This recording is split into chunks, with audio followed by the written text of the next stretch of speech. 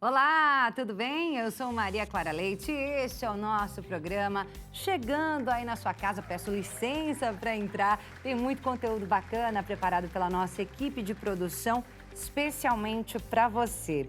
Olha só, hoje nós vamos falar sobre empreendedorismo feminino. Você, mulher que pensa em empreender, não pode perder essa entrevista que vai te inspirar a valer, eu tenho certeza disso. Além disso, nós vamos falar também sobre a importância da atividade física para o equilíbrio emocional. Bora falar de saúde física e mental a partir de agora aqui no nosso programa que já está no ar.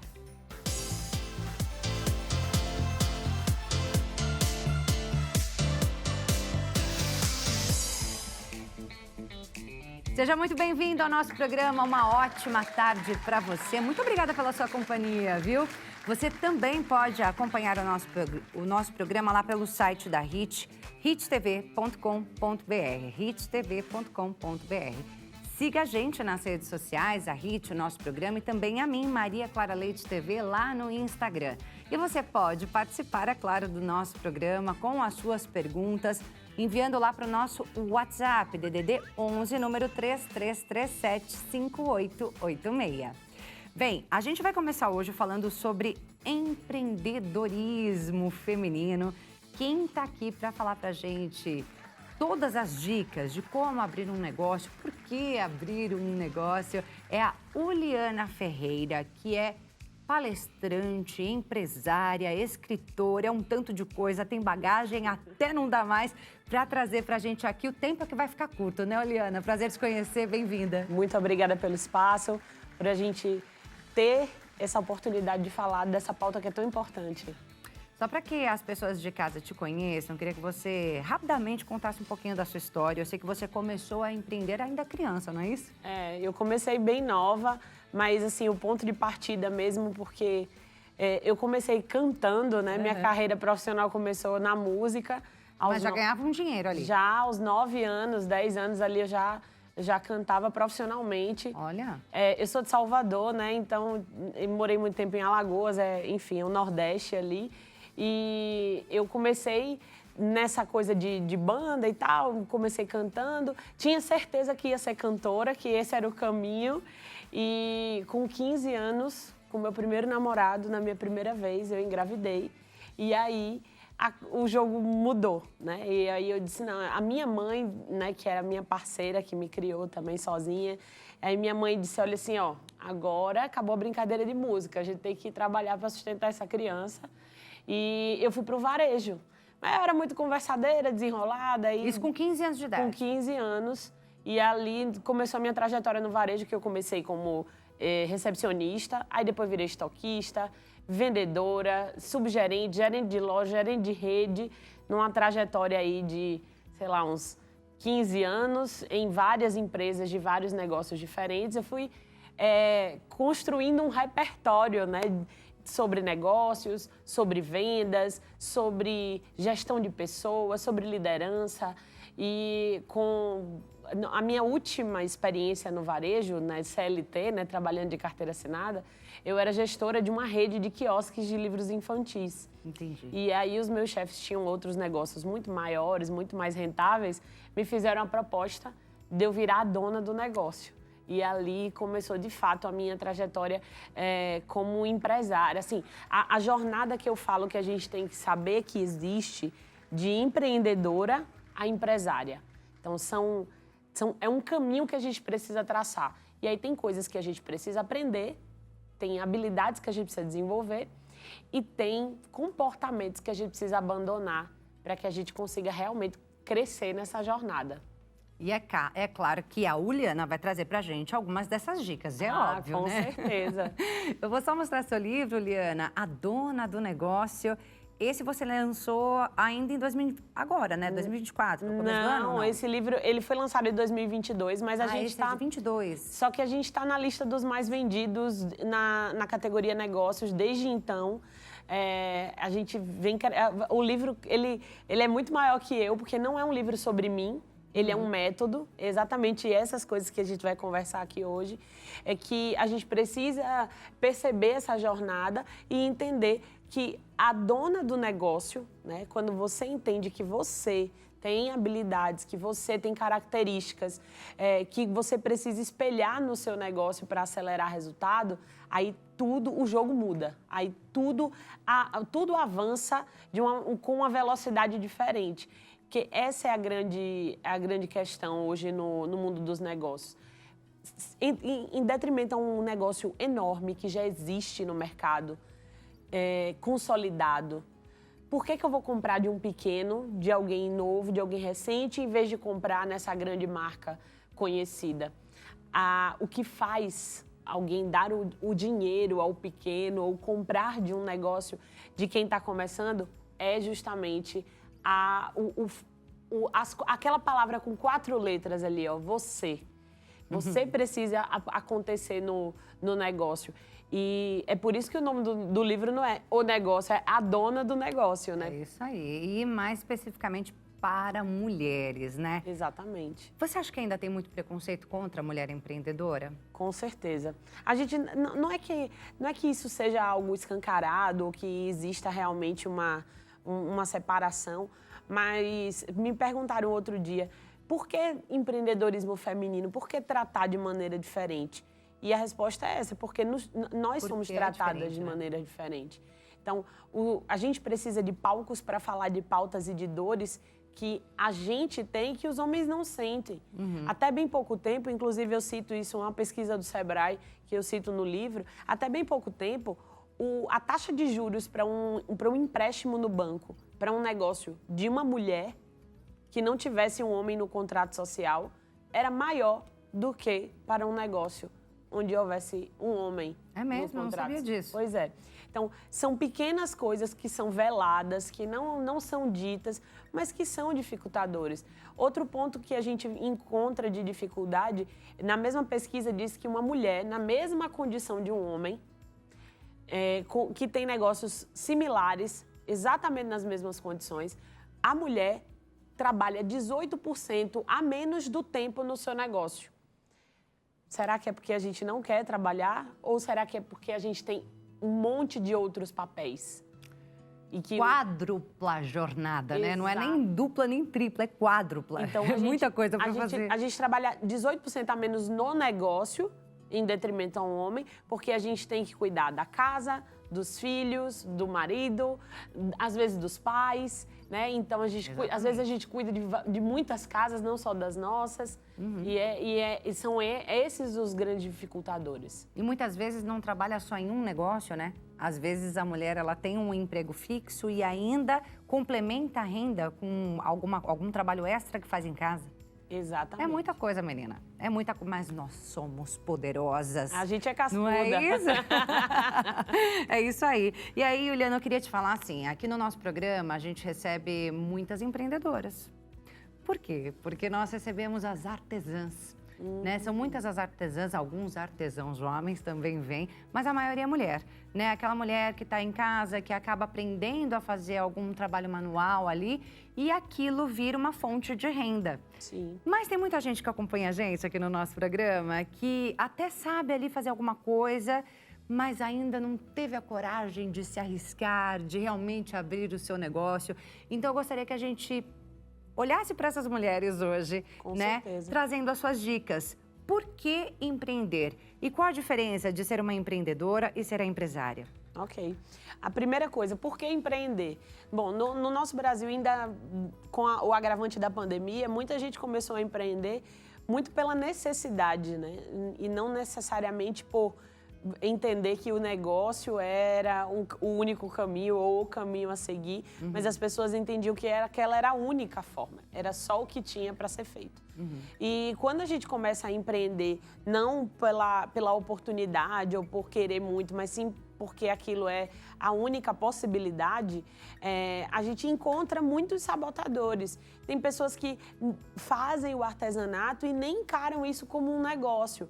Nem enxergam aquilo como um negócio. E esse assim, eu elenquei alguns sabotadores que impedem a gente de avançar nessa jornada, que a gente fica, por exemplo, comparando os nossos bastidores, né, a nossa vida difícil, os nossos calos, nossos obstáculos, com a vida bacana que o outro mostra na rede social, né? E a gente fica comparando os nossos bastidores com o palco do outro, né?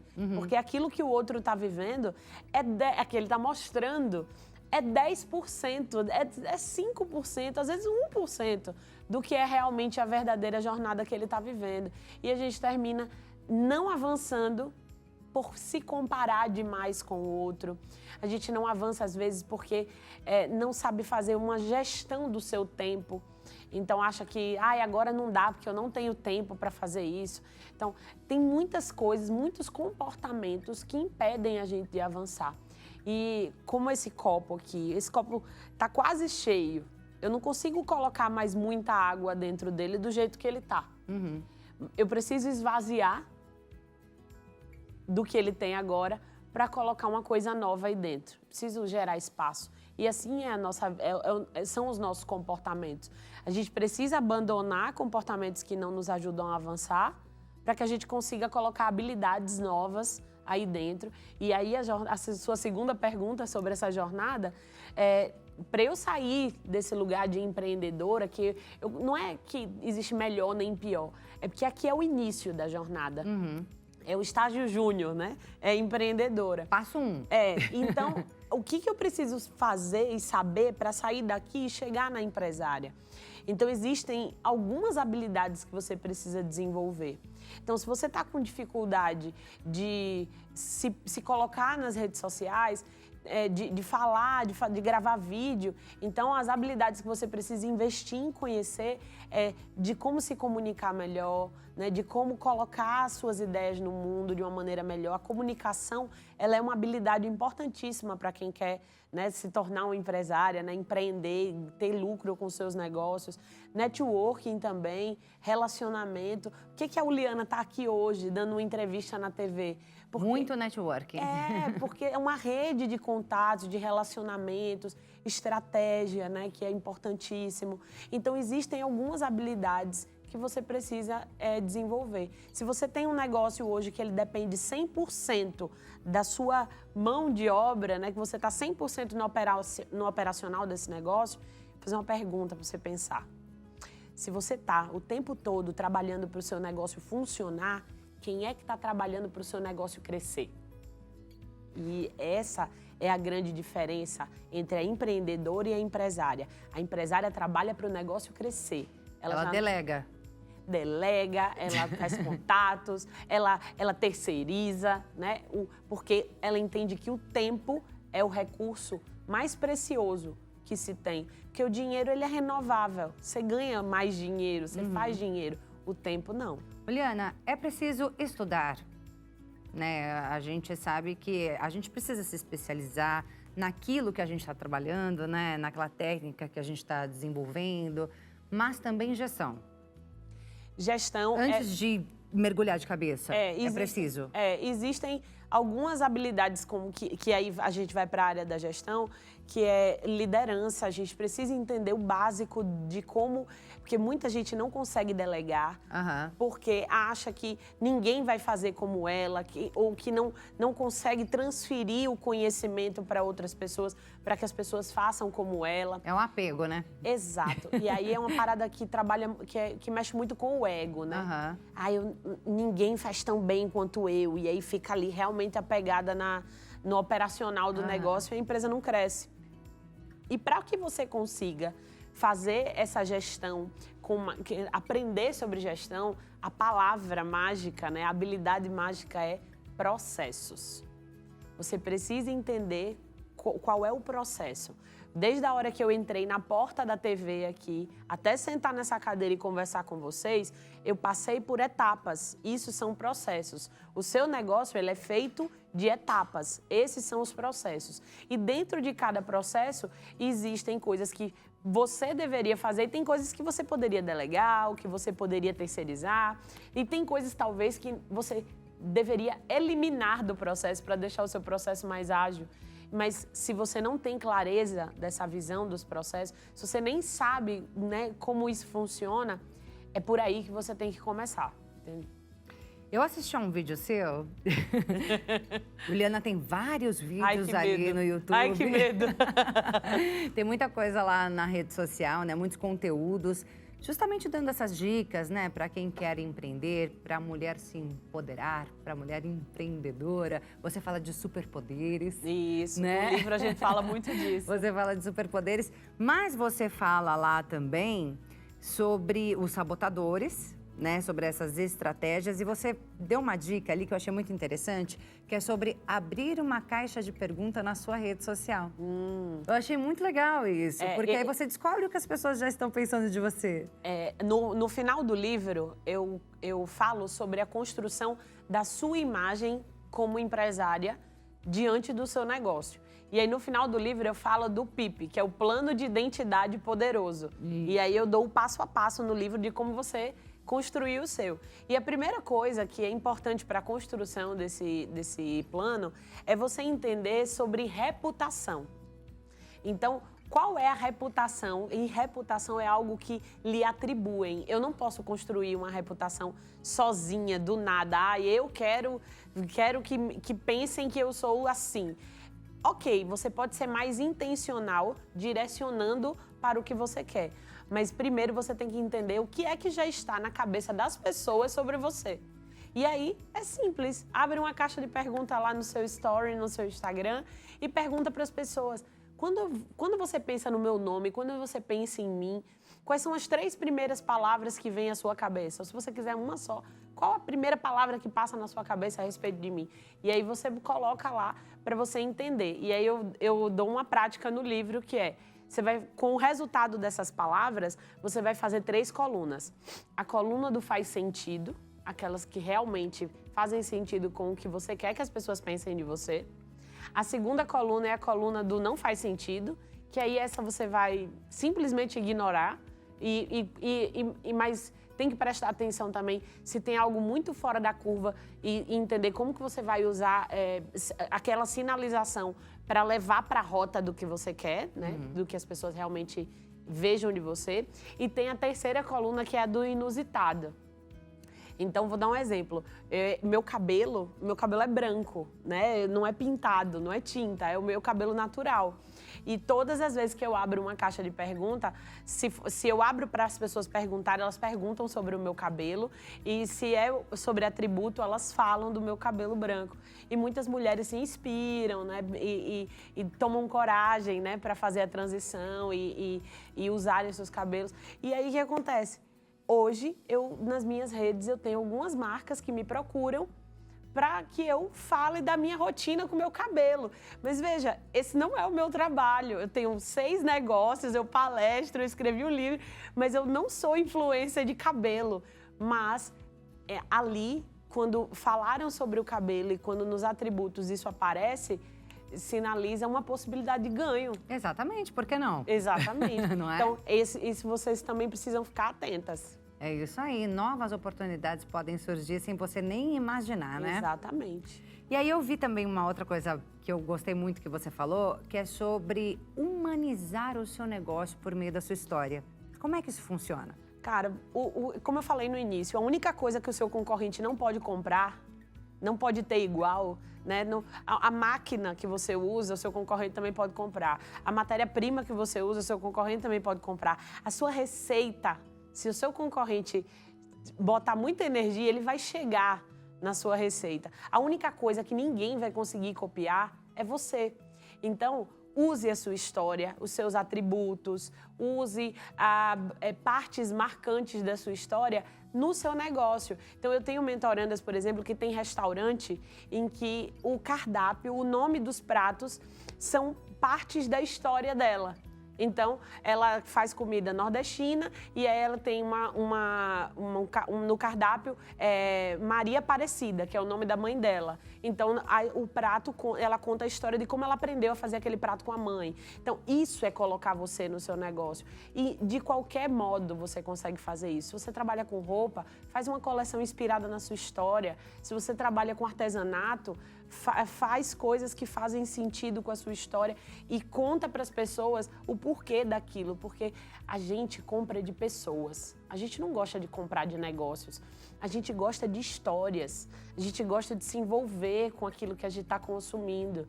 Então, eu falo sempre que eu não quero clientes. A menina cantora que mora dentro de mim gosta de fãs.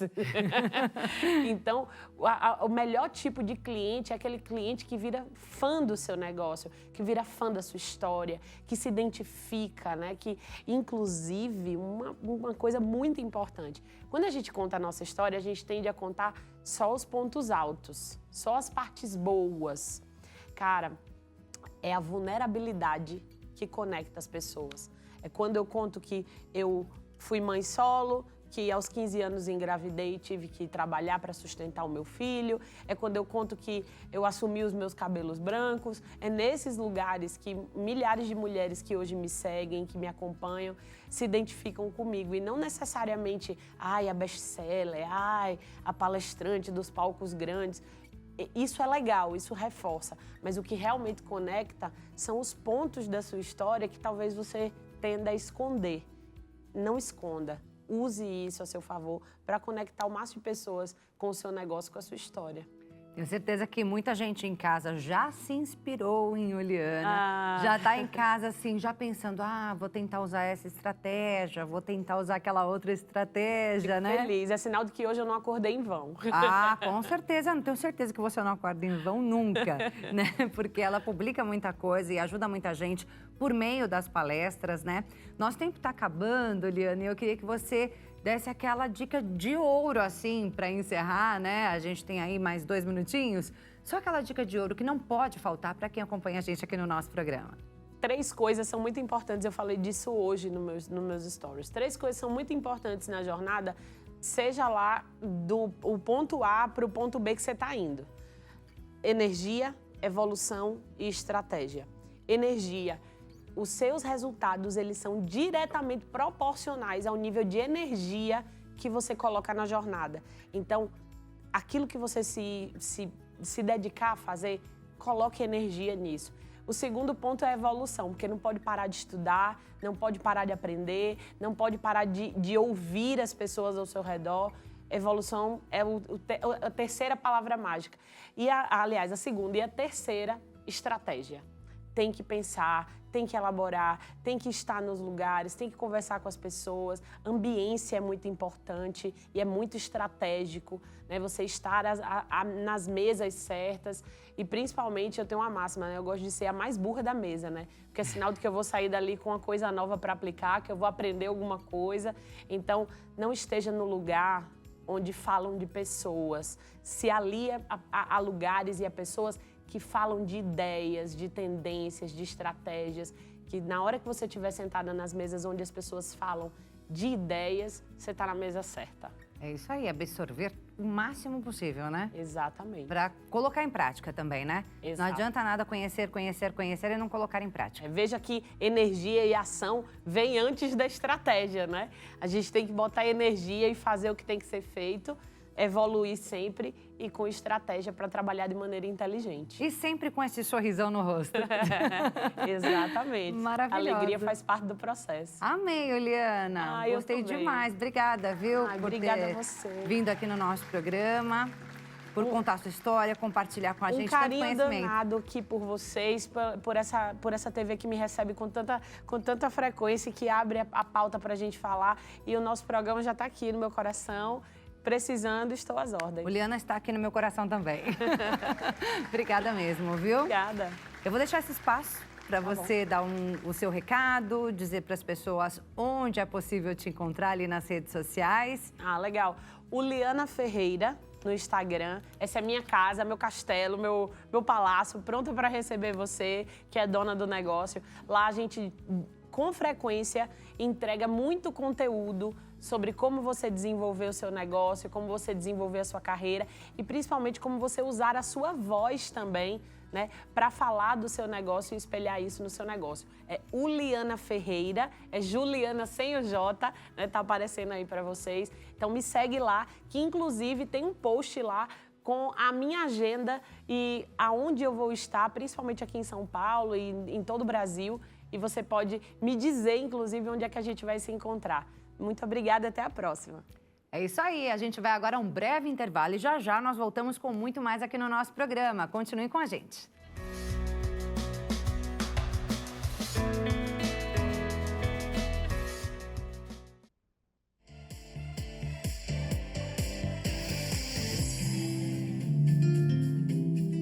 Já estamos de volta com o nosso programa. Mais uma vez, seja muito bem-vindo. Obrigada pela sua companhia. E a gente lembra, é claro, que você pode participar do nosso programa. Agora, o nosso assunto será o impacto da atividade física na nossa saúde emocional, no nosso equilíbrio emocional. Tem muita relação uma coisa com a outra, viu? Quer saber algo sobre esse assunto? Manda sua mensagem pra gente no nosso WhatsApp DDD 11, número 3337-5886, 3337-5886. É o número para você mandar sua mensagem pra gente com a sua pergunta aos nossos convidados do dia, com as suas sugestões de pauta. Participe desse programa que é todo nosso. Bem, para falar sobre esse assunto que eu destaquei agora, nesse momento, a gente recebe aqui no nosso programa o Eduardo Colamedo, que é terapeuta especialista em comportamento humano. Eduardo, seja muito bem-vindo ao nosso programa. Muito obrigado, Clara. É um prazer estar aqui com vocês. O prazer é todo nosso. Te agradeço por essa oportunidade da gente conversar sobre esse assunto que é tão importante. Falando então já dessa relação da atividade física com o nosso equilíbrio emocional. Quando podemos dizer que estamos em equilíbrio emocional, Eduardo? Essa é uma boa pergunta. Claro que a gente não tem como falar de equilíbrio emocional se a gente não está bem, se a gente não se sente bem. Muitas vezes a gente vê aquelas pessoas que falam assim, né? Eu sou assim, não vou mudar. A pessoa, geralmente, quando ela fala assim, ela já sabe que ela tem problemas de relacionamento, mas ela quer abraçar isso como uma forma de se proteger. Então, para a gente perceber se a gente não está bem, né, emocionalmente, a gente tem que ver o quanto de estresse a gente está, se a gente está tendo problema de sono, se a gente está tendo problema de irritabilidade direto. Então, esses são alguns dos caminhos que a gente vai perceber se a gente realmente não está bem. Obviamente, tem pessoas que trazem isso já desde sempre, da história dela, né, como uma falta de sono, aí pode ser alguma coisa realmente mais grave. Mas se você perceber mudança na sua rotina em relação ao estresse, aumento de irritabilidade, perda de sono, então provavelmente você está com alguma questão emocional aí. Não obrigatoriamente uma doença de saúde mental ainda, né? Mas já está desequilibrando. Com certeza. Se você já sente algo ruim, eu falo que na vida a gente precisa olhar o sentido da vida, né? Da gente fazer as coisas. E quando eu falo de sentido, eu falo de dois pontos. Sentido em relação a sentimento e sentido em relação a rumo. Porque às vezes a gente fala sim para algumas coisas que nos pedem, só que a gente tem o sentimento lá dentro que a gente não queria falar sim. A gente queria falar não. Mas a gente tem alguma ferida emocional, alguma questão emocional que a gente quer agradar os outros. Uhum. Então, não faz sentido a gente falar assim, mas a gente acaba falando. E isso gera em nós um sentimento ruim, que às vezes é um início de uma depressão ou de um processo que pode te levar para um problema emocional muito maior. É o tal do gatilho. É o gatilho, você vai formando algum gatilho. Eduardo, vamos então falar dessa relação, né? A atividade física, todo mundo sabe, a gente fala aqui no nosso programa quase sempre, quase todos os dias, sobre a importância, né, da atividade física na nossa saúde como um todo. Na saúde física e também na saúde mental, emocional.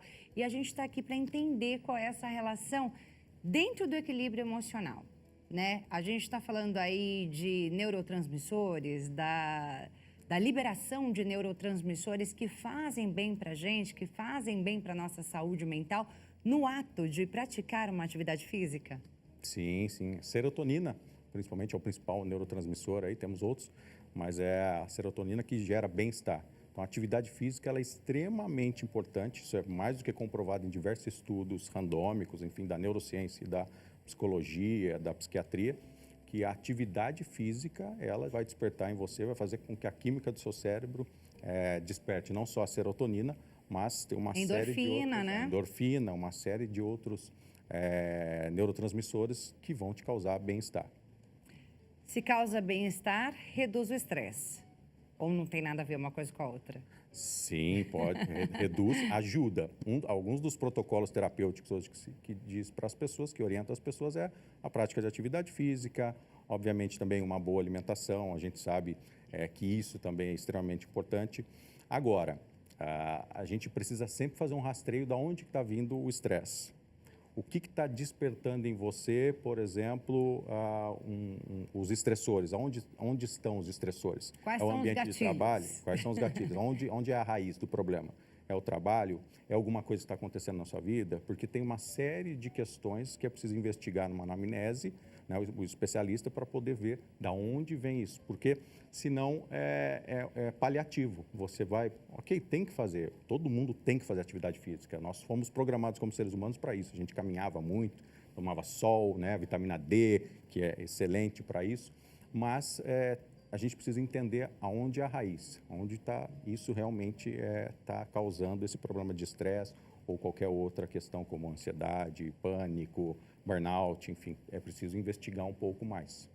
Nessa investigação, Eduardo, você é terapeuta, né, especialista em comportamento humano, é psicanalista, né, e você atende, então, pessoas justamente para cuidar da saúde mental delas, né, do equilíbrio emocional delas. Quando você faz essa anamnese, que é nada mais que uma entrevista, né, que você faz ali com a pessoa para entender os hábitos de vida dela, entender de onde surgiu aquele problema que ela está trazendo até o seu consultório, né? Você sempre pergunta se a pessoa pratica atividades físicas? Essa é uma pergunta que faz parte de toda a anamnese? Sim, sim. É uma das perguntas que eu nunca deixo de fazer. Hoje até os protocolos, não só terapêuticos, mas de psiquiatria, enfim, eles já têm isso com relação principalmente à atividade física e hormônios, por exemplo.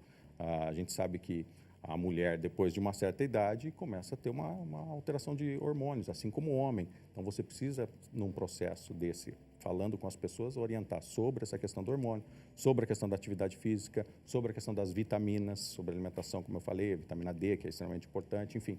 Então, é parte do protocolo, sim, perguntar sobre atividade física para poder já ajudar de forma imediata a pessoa a sair desse estado ruim. Quando a gente vê uma pessoa que tem algum problema de saúde mental, normalmente ela tem aí alguns sintomas, entre eles, alteração do sono. Sim. Ou quer dormir demais, ou está dormindo de menos, né? Ou tem insônia.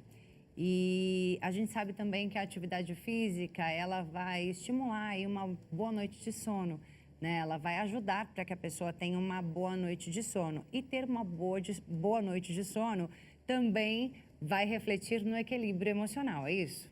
Com certeza, com certeza. Um dos maiores problemas hoje, estressores para nós, é a gente não ter um sono regular. Então, nós como seres humanos, a gente vive no ritmo circadiano, que fala, né? Ou seja, nosso reloginho. Então, por exemplo, logo pela manhã ali, 4h30, 5 horas, o nosso organismo ele começa a liberar, o cérebro começa a liberar o quê? O cortisol, que é o hormônio do estresse, para te despertar. Então, o nosso organismo ele funciona como um reloginho para ajudar a gente em relação à produção dos neurotransmissores, enfim, para o nosso bem-estar. Se a gente tem um sono desregulado, primeiro que o nosso cérebro ele precisa desse descanso, ele precisa disso, do sono, de um bom sono, de uma boa noite de sono. Só que a nossa exposição a telas hoje é muito difícil. A questão da luminosidade, né? Antes a gente tinha luminosidade que vinha do fogo nas cavernas e a gente foi moldado ainda nisso, mesmo nos dias de hoje é isso. Então, a gente faz uma orientação para as pessoas em relação a tudo isso, né, para a gente poder entender a rotina dela e, obviamente, orientar. Se não dorme bem, desde quando? Começou quando? Como é que é a sua rotina? Enfim, então por aí a gente vai identificando se a pessoa tem um problema relacionado ao sono e que está trazendo um grande nível de estresse. E lembrando, se você não dorme bem, você não consegue ter um dia produtivo. Não ter um dia produtivo, você vai se sentindo cada vez pior. Eu falo que é o declínio. Então, você vai deprimindo cada vez mais a sua vida como um todo. Você falou da falta de concentração, né? Um dia improdutivo, a pessoa fica ali sonolenta ao longo do dia, né? Pelo contrário, se a pessoa pratica uma atividade física, ela vai dormir melhor. E a atividade física, eu vi que ela também atua na concentração, na memória, Sim. em tudo isso. E vai ajudar também no equilíbrio emocional. Vai ajudar muito. Atividade física, sono, né, sono saudável, isso tudo vai te ajudar com relação à memória, com relação à retenção de conhecimento, vai te ajudar nas atividades mais complexas que você tem no seu dia a dia. Mas se você tem privação de sono, que é o nome que a gente fala, se você tem uma alta privação de sono, vai te dar realmente problemas não só em relação à produtividade, mas físicos mesmo. Você vai começar a sentir o corpo, a gente fala, é psicossomático. Então, a gente vai começar também a ver questões de piora em relação à degradação da saúde do corpo como um todo e até do funcionamento do corpo. Pergunta sobre a pessoa fazer atividade física ou não está em toda a anamnese. E está também na recomendação do que a pessoa deve fazer ali a partir daquele momento, além da terapia? Sim, com certeza. Tem muitas pessoas hoje que falam que eu não tenho tempo para fazer uma atividade física, eu não gosto de ir para academia. Só que tem diversos estudos que mostram que, por exemplo, se você faz uma caminhada que seja de 10 minutos, ou se você pratica numa semana 1 hora de atividade física, isso tem um impacto profundo em relação à sua saúde mental e ao funcionamento do seu organismo. Então, nós, como seres humanos, mais uma vez eu reforço isso, nós fomos criados para estar em alguma atividade física, estar caminhando pelo menos. Então, poxa, você não tem tempo para ir para uma academia? Tá, mas reserva 10 minutos do dia para você fazer uma caminhada, dê uma volta no quarteirão, num parque, mais fáceis. Tipo, hoje você tem diversos aplicativos que ajudam você a fazer exercício em casa mesmo. Então, tem que tomar cuidado com as desculpas que a gente usa para a gente não ativar o nosso melhor estado emocional. Então, quer dizer, pouco tempo já faz efeito na saúde mental. Mas a gente recebe médicos que falam que é interessante fazer pelo menos meia hora por dia, né? Fazer ali algum tipo de atividade, meia horinha, 1 hora seria o ideal, né? Pelo menos 3 vezes por semana, mais 5 seria o ideal, né? Mas assim, a recomendação é movimente-se. Movimente. Independente do tempo que você tenha para isso. Exatamente. Uma das coisas que a gente trabalha... Pelo menos para a saúde mental, né? Exatamente. Uma das coisas que a gente trabalha, inclusive, em organizações, em empresas, é justamente a pausa ativa, que a gente chama. Então, as pessoas, às vezes, ficam muito lá na mesa dela. Então, tem a ginástica laboral, né? E algumas empresas já têm isso implantado de forma sistêmica, mas algumas não. Mas a gente orienta para que tenha essa pausa ativa, ou seja, fecha ali o notebook um pouco, sai um pouquinho dali, caminha na empresa. Algumas empresas têm esse espaço, mas não tem um espaço muito grande, façam alongamentos. Por quê? Porque é isso que a gente chama de pausa ativa e isso te ajuda a reforçar o seu bem-estar. Inclusive, você tocou nesse assunto, né, Eduardo? E você atua em várias empresas, né? Levando justamente uma consultoria sobre esse tema, né? E a gente tem no Brasil um dos países mais depressivos do mundo, o país mais ansioso do mundo, um dos países mais estressados do mundo. Tem a ver com o nosso ritmo de trabalho?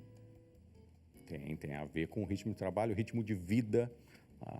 Uma das coisas mais importantes na nossa vida, dentro de uma organização ou na nossa vida pessoal, é o ambiente.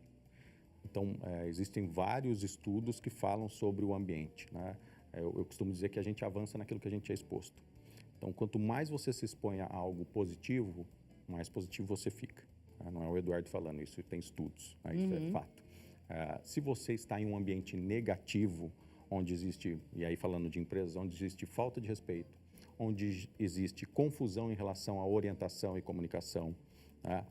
Uma liderança despreparada e que às vezes não tem empatia com as pessoas, né? Com as pessoas que lidera. Então, tudo isso constrói um ambiente ruim e que, obviamente, vai gerar nas pessoas problemas de saúde mental, com certeza. Então, o trabalho tem que ser feito para entender que o ambiente, como todos os processos de comunicação, eles precisam ser um ambiente que acolhe e que ajuda as pessoas a alcançar o melhor delas enquanto seres humanos e não só como profissionais. Inclusive a atividade física, né? Como você disse agora, que você incentiva até as empresas a incluírem a ginástica laboral. Isso, exatamente. Tem profissionais de educação física e tem empresas especializadas já que trazem profissionais de educação física para fazer esse trabalho de ginástica laboral nas empresas. E isso é extremamente recomendado para o bem-estar das pessoas. Pessoas que são muito agitadas precisam fazer atividades de baixo impacto ou mais relaxantes, talvez? Não sei. A pessoa muito agitada, é melhor ela fazer uma yoga, por exemplo, né? Uma yoga, né? Ou não. É melhor ela fazer alguma coisa que ela descarregue tudo ali e aí depois ela fique mais calma. Tem recomendação? Cada caso é um caso. Porque uma pessoa muito agitada, obviamente, ela não consegue ficar muito tempo ali. E já vi muita gente falar assim, não, para mim, yoga para mim não funciona porque eu não consigo, minha cabeça não para e tal. É claro que a gente tem alguns protocolos de orientação para a pessoa, né, focar, né? O Augusto Cury, inclusive, grande psicólogo, escritor, que a gente conhece bem, ele foi um dos primeiros a falar que a gente tem a síndrome do pensamento acelerado, né? Eu, por um acaso, eu descobri isso há anos atrás, né? Eu tenho isso de pensar muita coisa ao mesmo tempo, a gente tem uma sobrecarga e isso vai gerando para você, pode gerar um burnout, pode gerar uma ansiedade, enfim. Então, a gente precisa entender o perfil de cada pessoa para poder avaliar. Porque tem pessoas que elas são agitadas, a gente vai orientar, de repente, dentro da anamnese feita, que o melhor para ela é gastar energia mesmo, igual faz com criança, né? Exatamente. Para ela conseguir ter um sono melhor, enfim. Mas tem pessoas extremamente agitadas que, assim, se você coloca ela nesse processo de agitação e ela precisa acessar uma calma da mente dela, realmente focar melhor a atividade dela, então a gente vai ter que começar a construir processos para que ela faça uma yoga ou faça um processo de respiração. Então tem uma série de caminhos para usar, mas cada caso é um caso, né? Não dá para a gente generalizar, né? Generalizar um caminho só. Mais uma meditação, né? Um relaxamento, é bom para todo mundo, não é não? É muito bom. A meditação, assim, as pessoas acham que é só aquilo, né? De você parar naquela posição e ficar ainda fazer som. um a um. Então, não, meditação você pode meditar lendo um livro, né? Você pode meditar se você lê a Bíblia, por exemplo, né? Falo, medite na palavra, né? Então, Sim. é você ler alguma coisa e meditar naquilo, parar, bloquear aquilo tudo que está ao redor e procurar focar em alguma coisa, né? Que eles chamam muitas vezes do mindfulness, né? Que é o processo de você entrar em fluxo. Porque quando você consegue estabilizar o seu fluxo de pensamento, você consegue ter melhor concentração e, obviamente, mais posse de si mesmo. Que esse é o ponto, né? A gente precisa se conhecer para melhor se disponibilizar. E aí é um outro ponto das relações humanas como um todo. Seria um outro exercício aí de relaxamento. Um outro exercício. Ouve uma música, né? Ouve uma música. Que gosta. Mesmo aquele momento, assim, né? Você falava de outras coisas que são importantes para a nossa saúde mental, né? Além dos exercícios, de ter uma alimentação balanceada, de dormir bem, né? Além disso, eu queria que você falasse um pouquinho também sobre ter boas relações, né? Quando a gente faz atividade física, às vezes a pessoa está depressiva, ela está ansiosa, e ela está em casa, e ela não vê ninguém, e ela se tranca, ela se fecha ali naquele mundinho. Quando ela está fazendo uma atividade física, por exemplo, numa academia, ela tem uma oportunidade também de socializar. Exato. Isso também é importante para a nossa saúde mental. Com certeza, com certeza. Nós só sobrevivemos como espécie, nós não somos a espécie mais forte do mundo. Nós só sobrevivemos como espécie vivendo em grupos. Por isso que muitos de nós já têm meio que uma programação de querer não ser deixado de lado. A gente tem essa necessidade de aprovação social por causa disso. E quando você entra nesse processo de se fechar demais, infelizmente a pandemia aconteceu muito isso, e aí acelerou muitos processos de depressivos, de ansiedade, enfim. Quando você se fecha, você realmente fica numa situação muito vulnerável, que a gente chama, né? A gente fala muito em relação à vulnerabilidade, como que é o seu ambiente. Você tem rede de apoio de pessoas, então tudo isso precisa considerar. E as relações, existe um estudo de Harvard, um dos estudos mais antigos do mundo, que ele dura mais de 80 anos. Né? Ele já tem, é claro, com esse período, ele já tem um fechamento, uma conclusão. E nesse estudo eles falam que é o estudo da felicidade. Então eles estudaram pessoas durante 80 anos. Então quem encabeçou esse estudo foram mudando, né, os professores titulares para aquele estudo, obviamente por causa do tempo, mas eles entenderam, a principal ponto do estudo é que eles entenderam que, independente se a questão era financeira, se a pessoa era multimilionária, se era rica, se era pobre, enfim, as relações que ela tinha, as relações de amizade e relação matrimonial que ela tinha, que era o principal ponto em relação à felicidade dela. Então, as pessoas que tinham melhores relacionamentos eram as pessoas que mostravam no estudo que tinham mais felicidade. Então, quer dizer, além da atividade física, né, e de tantas outras coisas, né, que a gente tem que cultivar, número 1, relacionamentos, bons relacionamentos. Exatamente. E por isso que é tão importante a gente socializar, mas a academia também é uma oportunidade aí para isso, como eu disse, né? Muito, muito. É uma oportunidade tremenda, né? Você conhecer pessoas, você realmente conseguir ali... Eu falo, a gente precisa se livrar de alguns preconceitos, né? Eu falo muito isso com as pessoas, falo nas empresas, principalmente trabalhando em grupos de trabalho. Eu falo por mim, a minha esposa, né? A gente se conheceu no trabalho, e ela tinha um preconceito a meu respeito, né? Então, ela me achava mala, né? Eu olhava de longe e falava, nossa, cara, ele deve ser uma mala, enfim. Mas um dia ela teve que assistir um treinamento meu. E aí, ela foi obrigada a assistir. E ela viu que eu era uma pessoa legal, tudo. A gente virou amigos depois. É claro que depois de muito tempo a gente acabou ficando juntos, estamos até hoje, graças a Deus. Mas eu falo, a gente precisa se livrar de preconceitos. Então, não só porque a neurociência fala que a gente leva de 30 segundos a 3 minutos para escanear uma pessoa e ter um preconceito a respeito dela. Eu acho que a Clara é assim, pela nossa construção, né? Mas a gente precisa dar sempre a oportunidade da pessoa realmente se apresentar e mostrar o melhor dela. Então, as relações são extremamente importantes. Bacana. Eu convidei aqui os nossos telespectadores a participarem do nosso programa com as suas perguntas, né, sobre atividade física e saúde emocional, saúde mental. E algumas pessoas mandaram aqui no nosso WhatsApp algumas perguntas. Primeira na tela, por favor. A Mônica fala, olá, tenho ansiedade, estou na academia há 1 mês. Vou 4 vezes por semana, até sentir melhora nos sintomas, mas gostaria de saber se é possível se livrar da ansiedade só com os exercícios, sem precisar de remédios. Obrigada, Mônica, pela participação. Só atividade física não resolve. Infelizmente, Mônica, só atividade física não vai resolver. Como eu falei um pouquinho antes, você precisa consultar um psiquiatra, ele vai ver o seu caso. Em alguns, depende né, todos os terapeutas, todos os psiquiatras, eles têm um protocolo já de perguntas de anamnese, para ele entender qual é o grau da sua ansiedade, se ela é severa, se ela já está grave, se você está tendo síndrome do pânico já, enfim. Então, precisa ver isso para poder ajustar uma medicação durante um período, atividade física associada e outros pontos de comportamento, de orientação de comportamento com um terapeuta, com um psicanalista, com um psicólogo, enfim, para que você, nesse combo, possa aí estabelecer uma melhora emocional significativa. E atividade física é tratamento e é prevenção também, né? Então, a gente tem que continuar fazendo atividade física, mesmo que pare de tomar um remédio, a atividade física permanece para sempre. Com certeza, né? Com certeza. Atividade física, assim, em primeiro lugar, a gente tem que fazer atividade física. É isso aí. Mais uma pergunta na tela, por favor.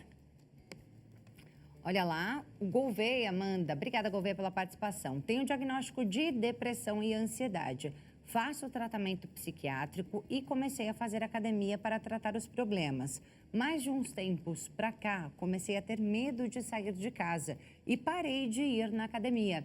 Será que se eu me exercitar dentro de casa, consigo ir melhorando esse quadro até ter coragem de sair de novo? Obrigada, Gouveia. E a gente já tem um outro quadro que... Pânico, né? Um quadro de pânico, né?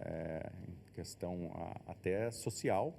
Então, mais uma vez, tem que visitar o médico, né? Como ele já faz um tratamento, ele precisa voltar ao médico e falar que tem esse novo problema. Novo sintoma, né? Novo sintoma, né?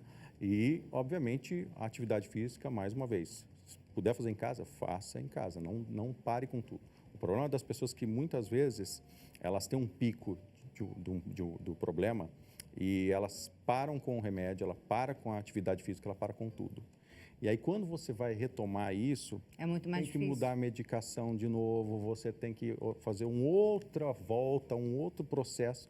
E aí a gente sabe que toda medicação leva um tempo para o seu corpo acostumar, você ter algumas outras questões, alguns outros efeitos que não são tão agradáveis. Então, nunca pare a medicação, nunca pare as orientações de bem-estar para você sem conversar com o médico.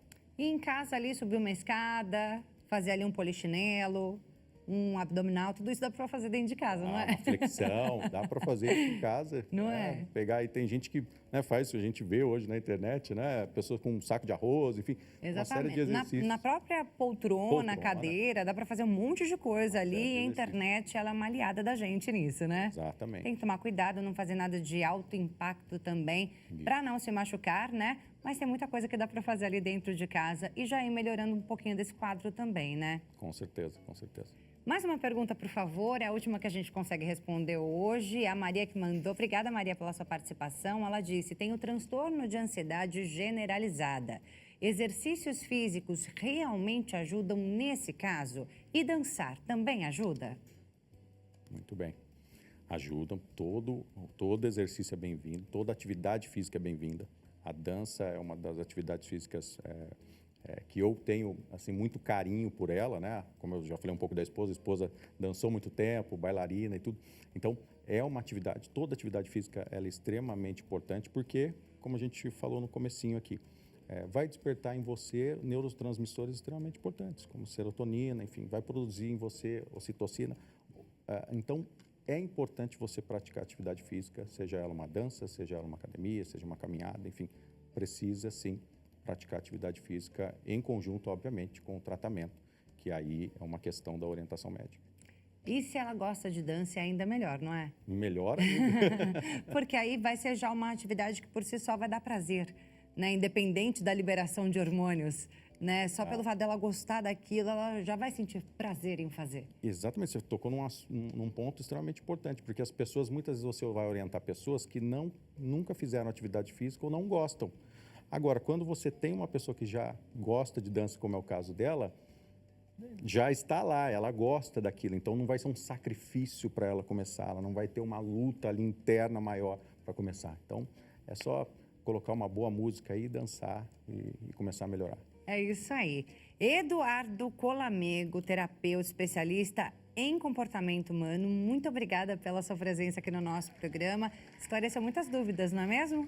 Obrigada. Eu vou passar aqui o seu Instagram, @Eduardo Colamego, e o WhatsApp, DDD 19, número 99705-1253, 19 99705-1253 e @Eduardo Colamego lá no Instagram.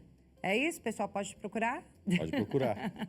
Será um prazer falar com vocês. O prazer foi todo nosso de recebê-lo aqui. Até uma próxima oportunidade. Muito obrigado. Até. E a você que nos acompanhou até aqui, muito obrigada pela sua companhia. Quanta coisa a gente aprendeu, na verdade. Um beijo grande para você, uma ótima tarde para você e para sua família. E a gente se encontra na próxima. Tchau, tchau.